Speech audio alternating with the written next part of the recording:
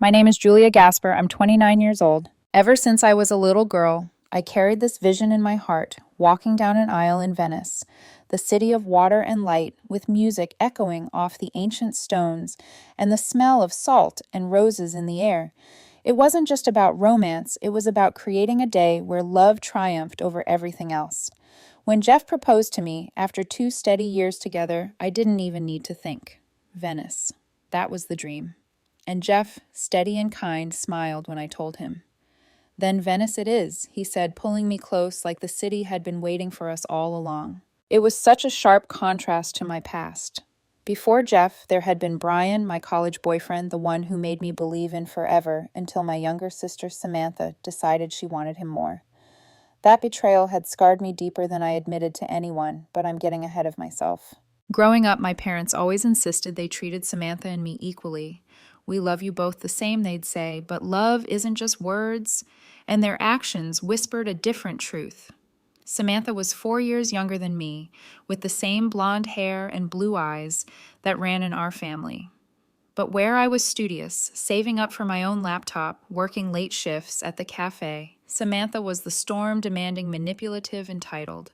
She had a way of making everything mine hers. I remember one Christmas morning when I was 9. I'd begged for a Barbie dream house for months, and when I finally unwrapped it, I thought I was the luckiest girl alive. Within a week, Samantha was wailing, "Mom, Julia won't let me play with her Barbie house." And Mom, without even glancing up from her magazine, said, "Share with your sister Julia. Don't be selfish." That was the pattern. My toys, my clothes, my jewelry.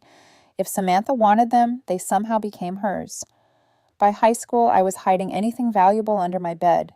Even then, she had a way of getting my parents to side with her. Once, after months of saving tips at the cafe, I finally bought myself a shiny new laptop. 3 days later, I came home to find Samantha using it in the living room. Dad said I could. She smirked. And when I turned to him, he just said, "You can share Julia. Don't be selfish." Those words dug into me like a splinter. But I had put that all behind me. Or at least I told myself I had. I hadn't spoken to Samantha in years, not since Brian. My relationship with my parents was decent. Flawed, but I thought we'd found a way to exist without conflict. That illusion cracked the night I invited them to Sunday dinner. I'd prepared lasagna, poured wine, tried to make it cozy. And as we sat there, I cleared my throat. "I want you both in Venice with me. Flights, hotel, I'll cover it all. My gift to you." For a moment, I saw something childlike flash in Mom's eyes. "Venice," she whispered, her lips curling with excitement. "We've always wanted to go there." Dad's hand clapped the table. "That's very generous of you, Julia." Then came the silence, broken only by the clink of forks. Mom set hers down and said too carefully, "And what about Samantha?" I froze. The smell of baked cheese and tomato suddenly turned sour in my stomach. "She's not invited," I said firmly, looking at both of them. "You know why." They exchanged glances, a language I'd seen all my life. Dad shifted uncomfortably. Mom bit her lip, but neither said more. The tension hung heavy like a curtain cutting us off from one another. I pushed through it, forcing brightness into my voice.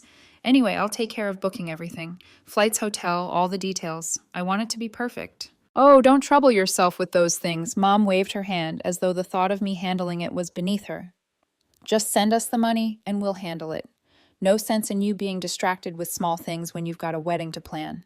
Her tone was light, almost indulgent, but I noticed Dad nodding quickly, almost too quickly, as if this had already been decided. I stared at them across the table. The lasagna steam curled upward, blurring the space between us. Something in me twisted unease suspicion, but I forced myself to smile. "Fine," I said quietly. "I'll transfer the money tomorrow." That night, after they left, I stood in the kitchen alone. My hands rested on the counter, but my chest was heavy.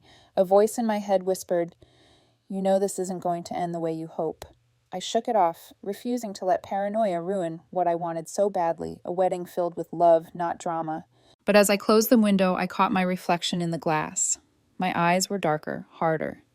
Somewhere deep down, I already knew this wasn't the end of Samantha. It was only the beginning. I transferred the $5,000 the next morning. The number looked so stark on my phone screen, all those zeros vanishing in a blink. But I told myself it was worth it. This was for my wedding, for my parents to stand by me as I started a new life. For once, maybe they'd show me I mattered as much as Samantha. In the weeks that followed, Mom texted me with cheerful updates. Booked the flights today. Found a charming little hotel right near the Grand Canal, the Vale Garden Resort. You'll love it. Her tone was light, almost giddy. Dad chimed in once, sending me a photo of their supposed itinerary, though something about the font and the cropped edges made it look off. I ignored the knot in my stomach. I wanted to believe. Jeff and I flew out to Venice a week before the ceremony.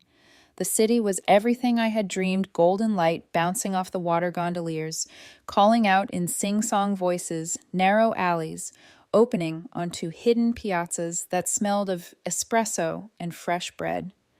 My heart should have been soaring. Instead, it was tethered by a constant thought. Where are they? Our guests arrived one by one. Jeff's parents dignified and warm, his grandmother clutching her rosary as she whispered about Venice being a city for lovers. My Aunt Linda and Uncle Robert flew in from New Jersey, hugging me so tightly I thought my ribs would crack. We wouldn't miss this for the world, Uncle Robert said. Their presence felt like a balm. But my parents' silence. I checked my phone obsessively. No missed calls, no emails, no texts. I dialed again and again, each ring echoing like a countdown in my chest. By the second day, panic had hardened into dread. By the third, it felt like abandonment all over again. On the morning before my wedding, Jeff tried to soothe me. He rubbed my shoulders as we stood on our balcony, the canals glistening below. Maybe they missed their connection. Flights get delayed all the time, he said gently. Then why aren't they answering? My voice cracked. It doesn't make sense. They should be here. The next morning, my wedding day, I tried one last time. The phone rang, and then shockingly, Mom answered. Her voice was light, almost cheerful. Oh, Julia, I was just about to call you. Relief surged through me, colliding instantly with anger. Where are you? You were supposed to be here 2 days ago. Today is my wedding. Her tone didn't waver. Darling, I'm so sorry. Everything just turned out differently than we planned. You see, Samantha's having her housewarming party today. It's her very first apartment, such a milestone. She really needed our support. We decided it was more important to be there for her right now. The words hit me like stones thrown at glass. My wedding, my once-in-a-lifetime day cast aside for a party. You...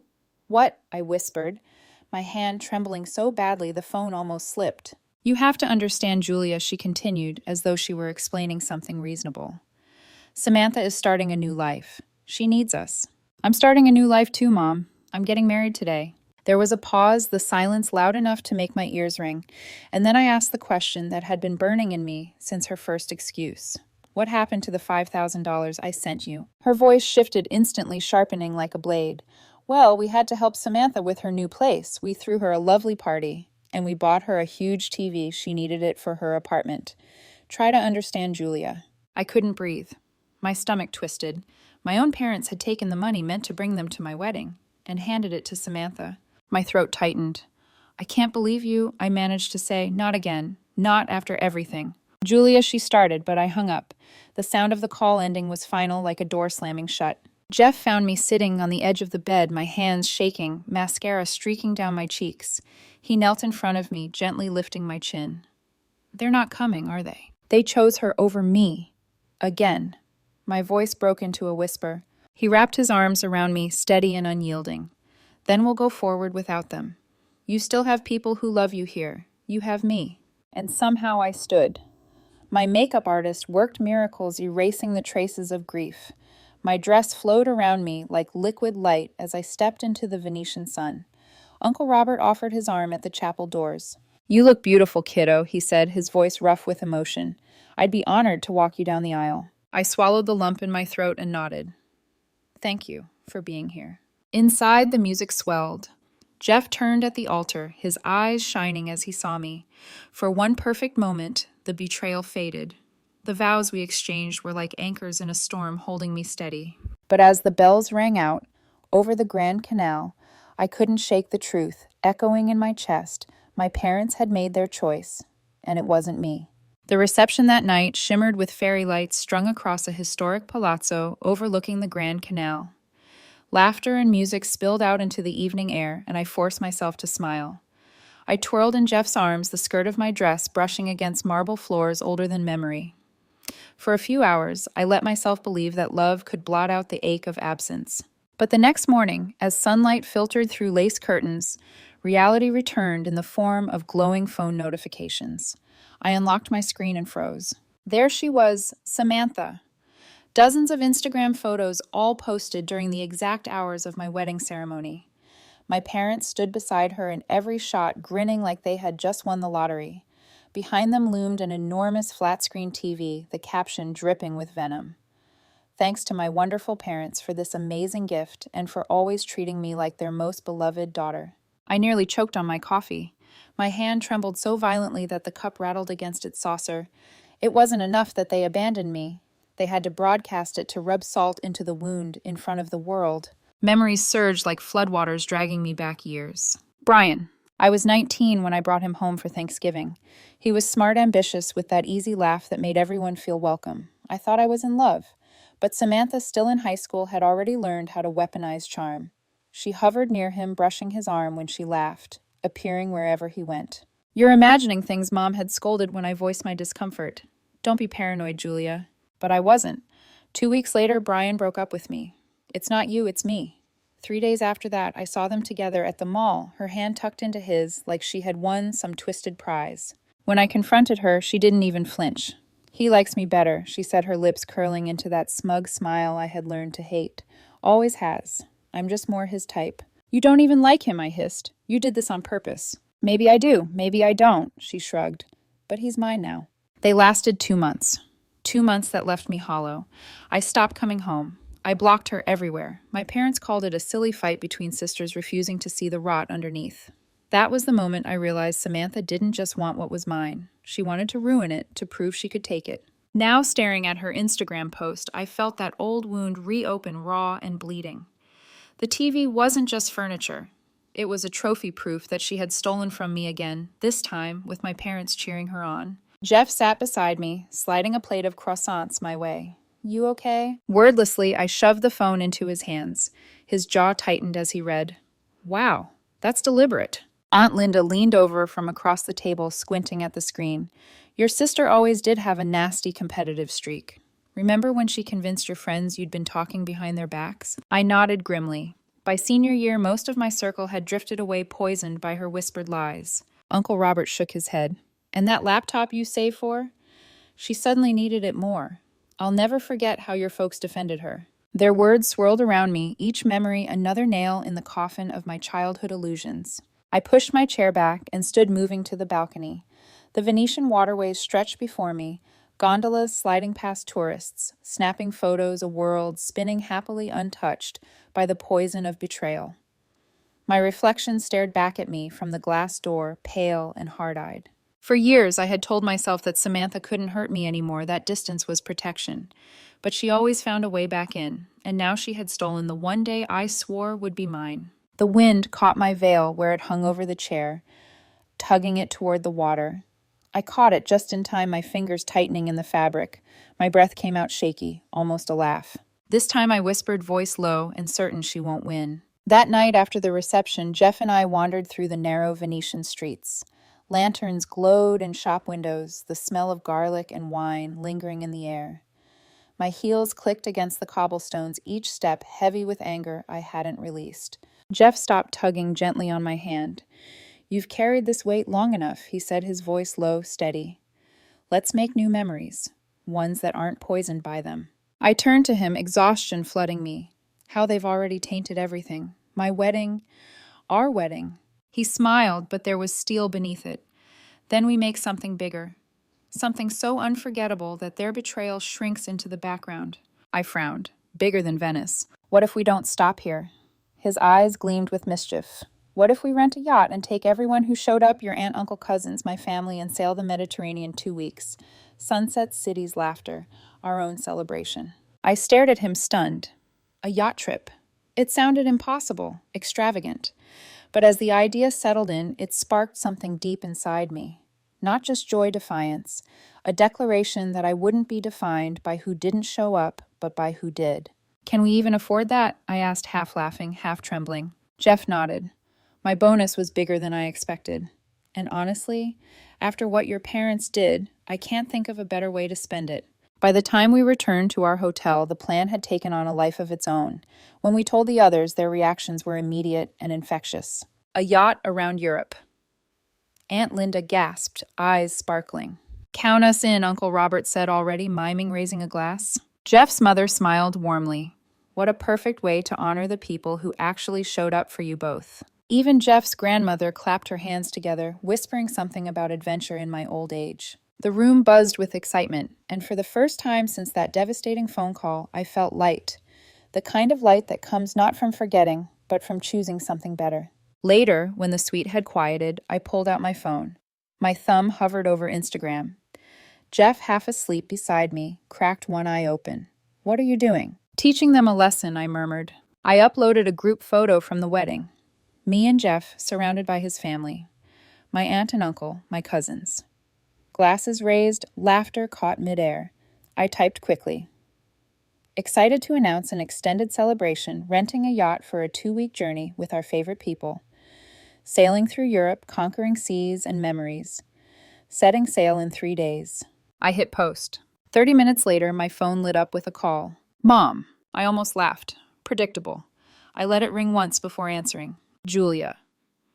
Her voice was breathless, high-pitched with excitement. "I just saw your post. A yacht trip. How marvelous. Your father and I were just talking. We can't let you go without us. We'll buy tickets right away. We can be in Venice in a couple of days." I pressed the phone tighter, my smile sharp as glass. "Really? How will you manage that? I thought you didn't have money for traveling to Venice. You know, since you spent my $5,000 on Samantha's TV and party." A beat of silence. Then her tone hardened. "We'll find the money. This is important, Julia. You'll wait for us, won't you?" "The yacht leaves in 3 days," I said flatly. Perfect timing. After hanging up, I turned to the others gathered in our suite. I explained the conversation, my voice clipped with bitter amusement. Jeff's mother shook her head. The audacity. My cousin Megan leaned forward, eyes wide. "So, what are you going to do?" I glanced at Jeff, then at the circle of faces that had stood by me. Slowly, I let the plan unfold. We leave tomorrow, a day early. By the time they land in Venice, we'll already be sailing into open waters. Uncle Robert's laugh rumbled like thunder. Now that he said raising his glass is justice served cold. I sank back into the couch, a grim satisfaction washing over me. For years, Samantha had stolen from me, my parents had chosen her over me. But this time I would write the ending, and they would never see it coming. The morning air in Venice was crisp and damp, the Grand Canal alive with the calls of gondoliers and the hum of early boats carrying crates of fruit and fish. Our group stood on the dock with suitcases piled high, excitement bubbling around us. The yacht gleamed in the sunlight, modest compared to the millionaires' floating palaces docked nearby. But to me, it looked like freedom itself. As the crew loaded our bags, I glanced down the length of the canal. Somewhere across the ocean, my parents were probably boarding a plane, clutching their hastily booked tickets, certain they would be stepping into my good graces again. I almost pitied them, almost. The engine rumbled to life. The ropes were pulled in the dock, slipping further away. Venice began to shrink behind us, its domes and spires fading into watercolor against the horizon. I stood at the stern, the wind catching my hair, and exhaled for what felt like the first time in years. Jeff came up behind me, slipping his arms around my waist. "You okay?" I nodded, my throat tight. "I feel free." Hours later, my phone buzzed. A message from Mom. "We landed. Where are you? Can't find you or anyone at the hotel." I had prepared my response days ago, refining each word until it carried all the weight of every betrayal. With steady hands, I typed, "Mom, Dad, I want to be clear. You treated me like garbage. You took money I gave you for my wedding and spent it on Samantha. You chose her party over the most important day of my life. You lied about your flights, your hotel, everything. You are not my family anymore. You have your golden child. Ask her for money to get home. Don't contact me again." I hit send. The message flew across the invisible distance, and for the first time I didn't feel guilty. I felt lighter. Notifications exploded almost instantly.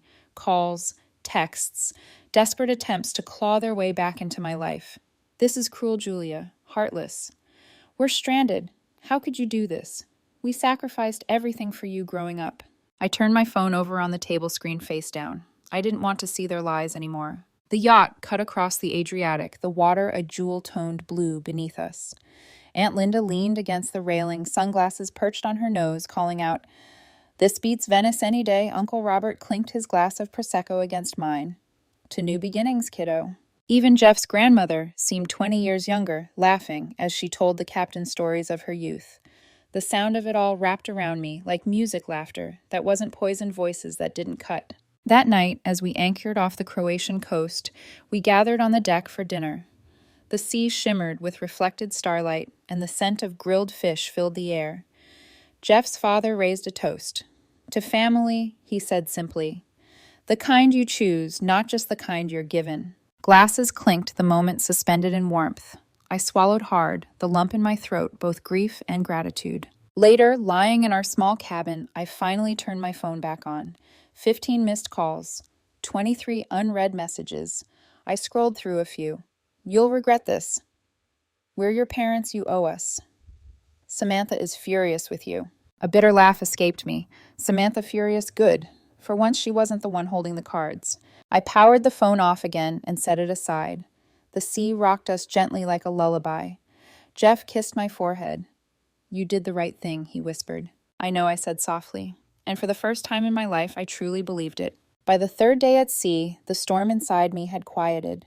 We had sailed along Croatia's jagged coast, the limestone cliffs rising like guardians against the horizon. I stood on deck one afternoon, hair whipping, in the salty breeze, when Aunt Linda came up behind me with a mischievous smile. "You won't believe this gossip I just heard," she said, holding up her phone. I raised an eyebrow. "Do I even want to know?" "Oh, you'll want to know." She tapped her screen.